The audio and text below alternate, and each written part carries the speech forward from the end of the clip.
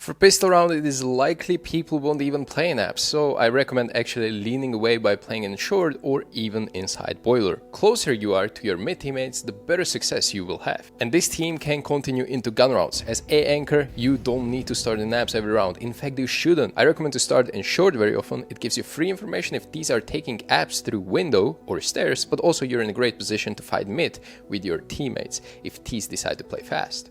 Another effective starter is in boiler, from where you can throw this molly into window to delay upstake and an HE to stairs. Again, this is zoning utility and you're throwing it from a spot where you're 100% safe and linked up with your mid defense. However, sometimes you have to start in apps, and that is when you must know some basic timings. Throw this molly at 140, but be careful not to miss it like MZeno does here. This bad throw and poor spread cost him his life. Name of the game is to gather info. That is your main impact. Jiggle until contact at the end of the apps, and if you have a teammate around, ask for these flashes to reclaim an angle back if it's clear.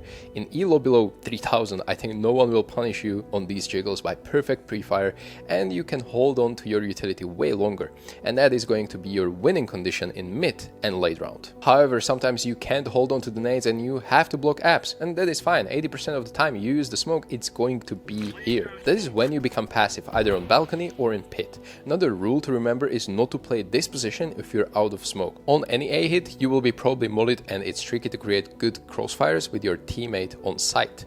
If you're out of the smoke, playing in the open might look dumb, but actually is very powerful. Tees entering this hide will have tons of angles to clear, which may grant lots of free kills in the back. Also, lurkers from apps will have a hard time killing you because of new railing on Inferno, and they have to literally jump over it to chase you. And yes, you're vulnerable to flashes, but you can kind of predict them. If you see molly coming pit, most likely flash is coming right after, and if it gets you anyway, simply strafe to the left to outrun the flash for a couple seconds before you recover. Speaking about mollies, most underrated tip on Inferno is to actually count the amount of mollies that T's use in the round. You can hear a heavy banana fight, and if T's use 2 mollies to take apps and mid, chances are they won't have any left for the execute. That's when being in pit is actually a viable play that can make this position truly OP. If your teammates play aggressively on middle, join them and hold apps from short. Again, this creates a nice link where you get to play closer to the potential action while still having eyes on your position. If you are stuck with pistols or SMGs, these spots are extremely deadly for potential multi-kills. Rule of the thumb is to abuse close range spots. Apps is low impact position where it's hard to make a play. You're going to play reactively, not proactively, but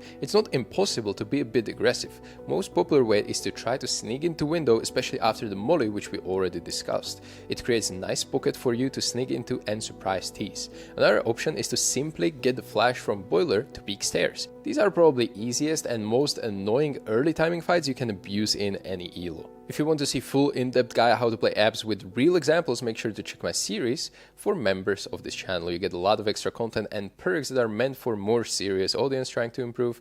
I'll see you there. Shout out to you, all of my Patreons and Coffee members, for your continual support. It allows me to create more content like this. Your name is on the screen right now as a little token of appreciation. I used Coffee for years, where you can find extra content and perks at various tiers of membership, but due to popular demand, I set up Patreon too. Nothing changes, both platforms are treated equally, with same content, just for your convenience to use whichever side you prefer. Thank you for making my videos better and possible.